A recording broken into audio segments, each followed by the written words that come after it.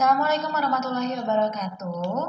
Kembali lagi di pembahasan akuntansi. Hari ini saya akan membahas mengenai persediaan.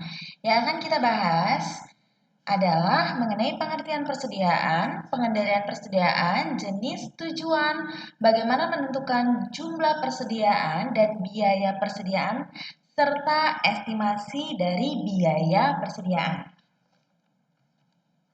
Nah, untuk pengertian persediaan, sebenarnya banyak sekali pengertian persediaan. Di sini saya ambil beberapa saja.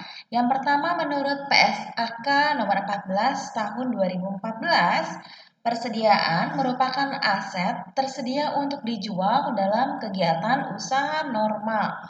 Jadi dalam artian persediaan memang ini tujuannya dibeli untuk dijual kembali, termasuk pada kegiatan operasional utama perusahaan.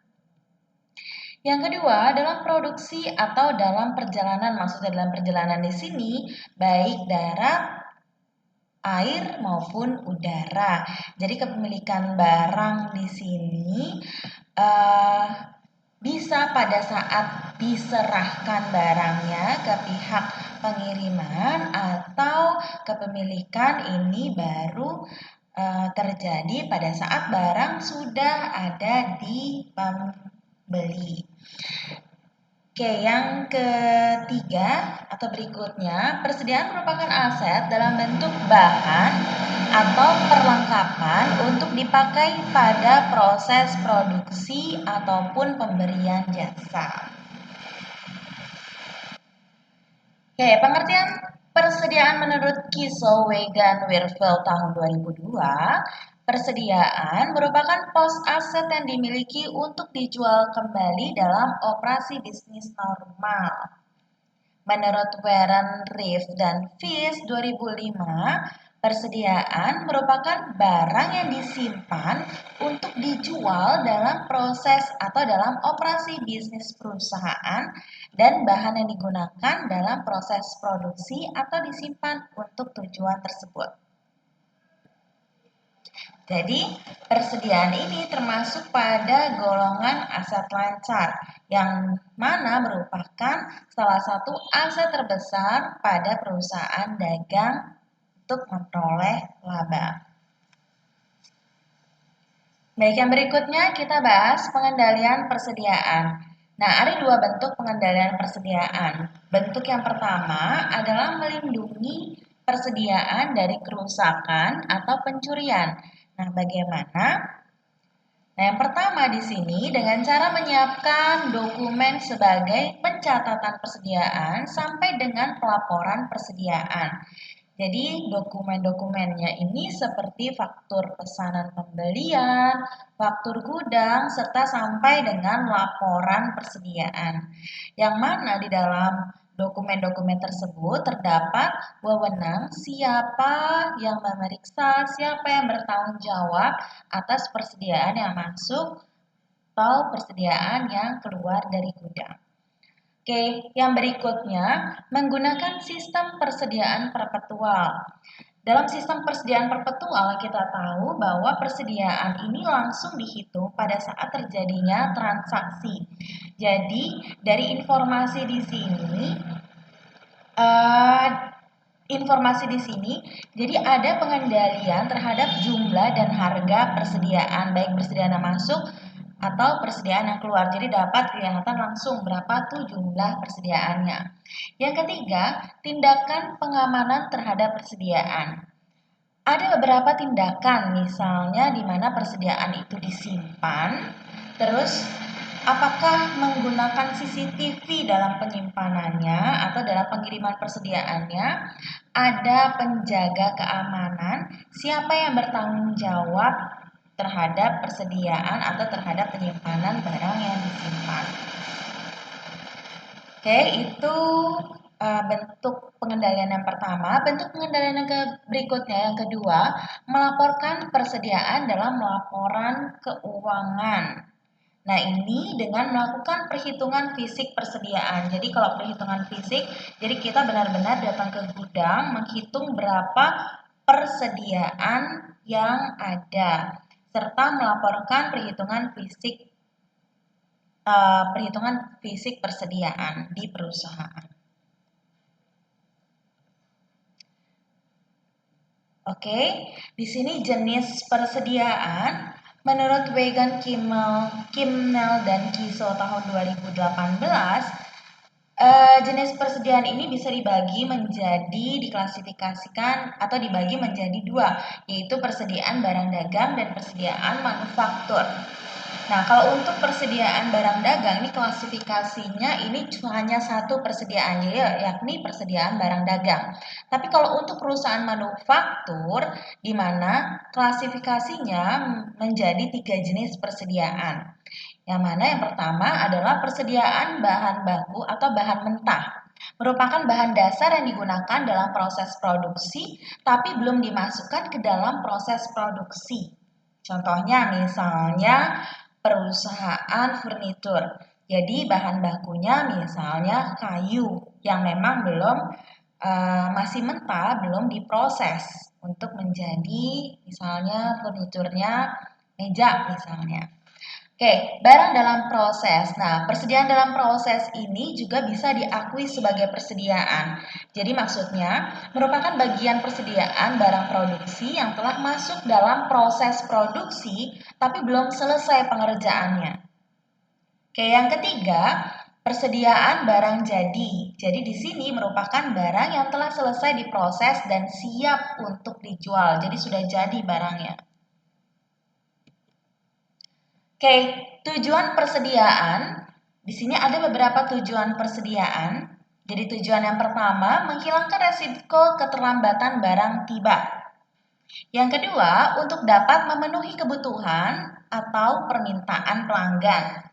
Yang ketiga, menjaga keberlangsungan produksi agar tidak terjadinya penghentian produksi yang diakibatkan alasan persediaannya habis. Oke, tujuan yang terakhir memberikan pelayanan terbaik terhadap konsumen dengan tersedianya persediaan. Jadi biar konsumennya nggak lari ke toko sebelah. Oke, lanjut. Nah, di sini kita akan membahas dalam menentukan jumlah persediaan. Jadi tidak peduli menggunakan sistem pencatatan persediaan periodik ataupun perpetual, seluruh perusahaan tentunya akan menentukan jumlah persediaan pada akhir periode akuntansi. Jadi kalau misalnya untuk perpetual, karena memang sudah dihitung setiap transaksinya, jadi dalam penentuan di akhir periode, kita tinggal melihat berapa sih jumlah dari persediaan yang ada di gudang atau dari harga pokok persediaannya. Nah, untuk periodik, nah ini kita harus hitung nih berapa jumlah persediaan akhir di akhir periode. Nah, di sini untuk menentukan jumlah persediaan ada dua caranya, dengan melakukan perhitungan fisik persediaan dan dua, menentukan kepemilikan barang tersebut. Nah, yang tadi cara pertama melakukan perhitungan fisik persediaan, ini mencakup menghitung, menimbang, atau mengukur setiap jenis persediaan yang ada.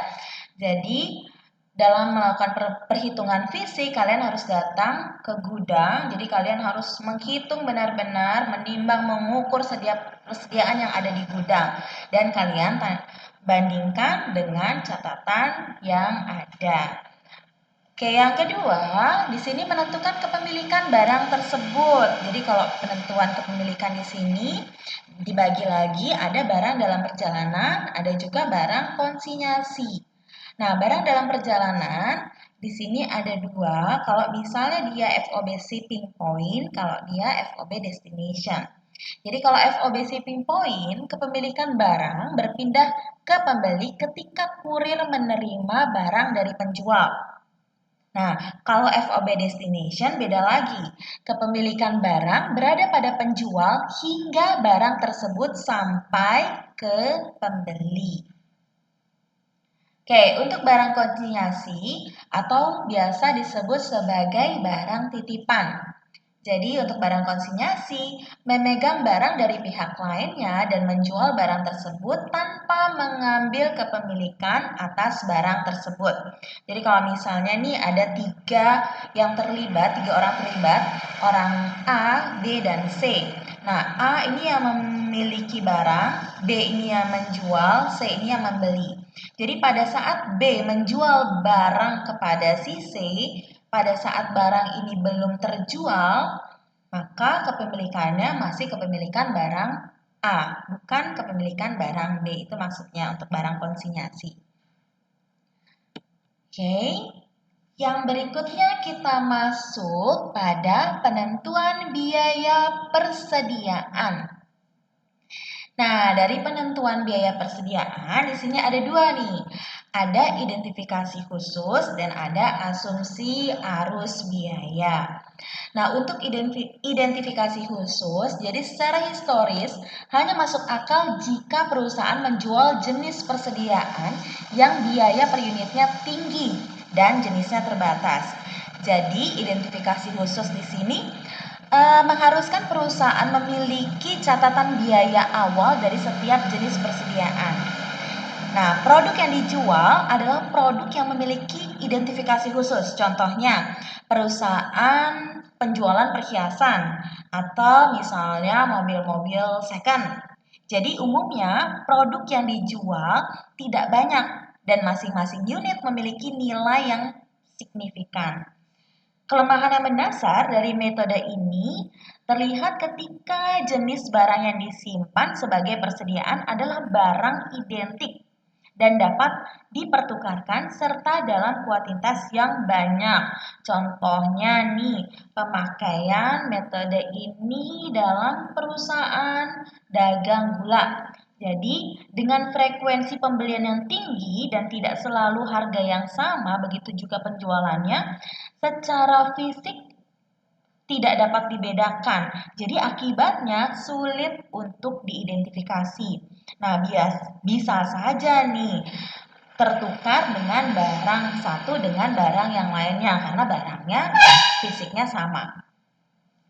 Oke, untuk asumsi biaya, asumsi arus biaya di sini ada 3 metode. Ada FIFO, first in first out, LIFO, last in first out, dan average atau rata-rata. Jadi untuk metode FIFO di sini pada saat pembelian, jadi barang yang pertama kali dibeli adalah barang yang pertama kali dikeluarkan pada saat dijual. Kebalikannya dari LIFO. Kalau LIFO last in, first out.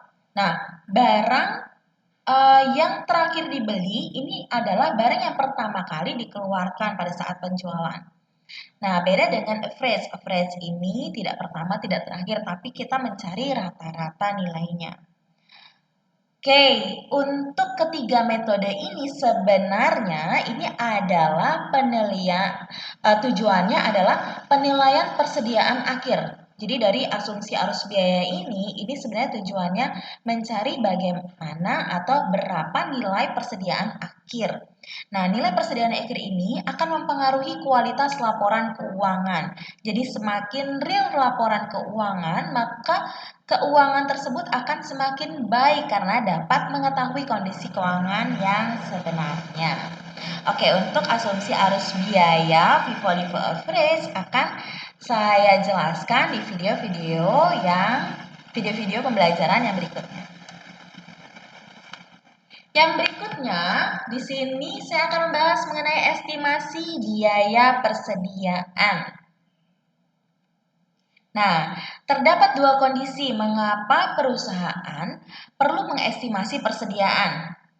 Nah, kondisi yang pertama, apabila terjadi kebakaran, banjir, bencana lainnya yang memang tidak memungkinkan untuk perusahaan melakukan perhitungan fisik. Yang kedua, manajer mungkin menginginkan laporan keuangan bulanan atau kuartalan. Tetapi perhitungan fisik persediaan yang dilakukan perusahaan ini hanya setahun sekali. Nah, ada dua metode yang umum digunakan dalam mengestimasi persediaan. Yang pertama, metode laba bruto. Metode laba bruto ini mengestimasi biaya persediaan akhir dengan menerapkan tarif laba bruto terhadap penjualan neto dan mengurangkan estimasi beban pokok penjualan dari beban pokok barang yang tersedia untuk dijual. Untuk metode persediaan eceran atau biasa disebut retail, metode ini untuk mengestimasi biaya persediaan akhir dengan menerapkan rasio biaya terhadap harga eceran ke persediaan akhir pada harga eceran. Nah, bagaimana aplikasi dari kedua metode ini kita bahas berikutnya. Nah, yang pertama untuk metode laba kotor. Ada contoh soal di sini, jadi menunjukkan adanya penjualan neto sebesar 400.000. Persediaan awal 200.000 dan beban pokok pembelian sebesar 140.000.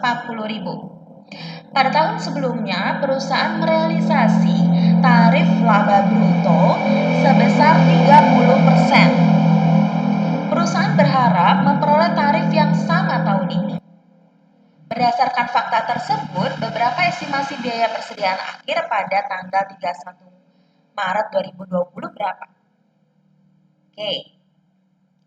Langkah yang pertama, kita harus menghitung berapa sih estimasi beban pokok penjualan.